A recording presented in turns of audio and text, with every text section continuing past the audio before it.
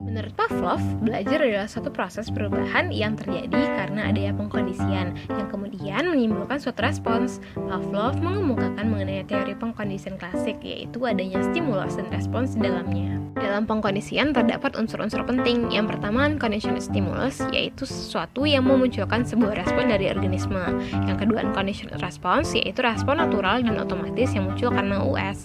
Yang ketiga, conditional stimulus, yaitu stimulus netral yang tidak memunculkan respon apapun dari organisme. Nah, ketika semua unsur menyatu dalam sebuah alur, maka terciptalah conditional response. Ini merupakan sebuah demonstrasi pengkondisian. Sebelum pengkondisian, makanan akan berperan sebagai unconditional stimulus yang akan membangkitkan unconditional response, yaitu anjing akan mengeluarkan air liurnya.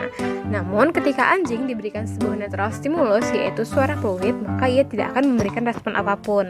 Pada saat pengkondisian, suara fluid akan dipasangkan dengan makanan yang akan menghasilkan unconditional response dari anjing. Anjing akan mengeluarkan air liurnya. Nah, setelah pengkondisian berlangsung, suara fluid akan berperan menjadi conditional stimulus yang akan membangkitkan conditional response dari anjing, yaitu anjing akan mengeluarkan air liurnya hanya dengan mendengar suara fluid tadi, meskipun tidak diiringi oleh makanan. Dapat beberapa peristiwa yang dapat terjadi pada saat pengkondisian, yaitu experimental extinction, di mana ketika pengkondisian telah berhasil dilakukan, namun conditional stimulus tidak lagi dihadirkan, yang membuat conditional response pun lenyap.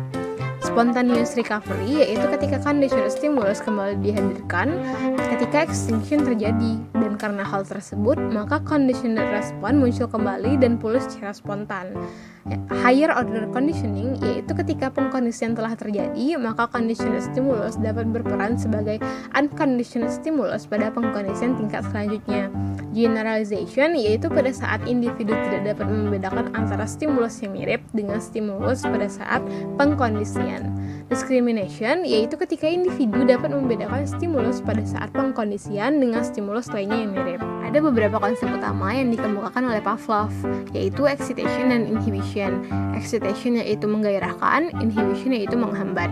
Pada saat suatu kejadian terjadi di lingkungan, maka aktivitas otak cenderung melakukan excitation atau inhibition. Pola dari excitation dan inhibition ini dapat membentuk sebuah mozaik kortikal, yaitu yang menentukan bagaimana organisme merespon lingkungannya. The dynamic stereotype, yaitu ketika mozaik kortikal yang telah stabil karena individu berada dalam lingkungan yang telah diprediksi dalam periode waktu yang panjang. Iradiasi dan konsentrasi. Iradiasi dapat membuat eksitasi menjadi luber ke area otak lain yang menyebabkan adanya generalisasi. Sedangkan konsentrasi yang dapat mengatur eksitasi maupun inhibisi yang menyebabkan adanya diskriminasi.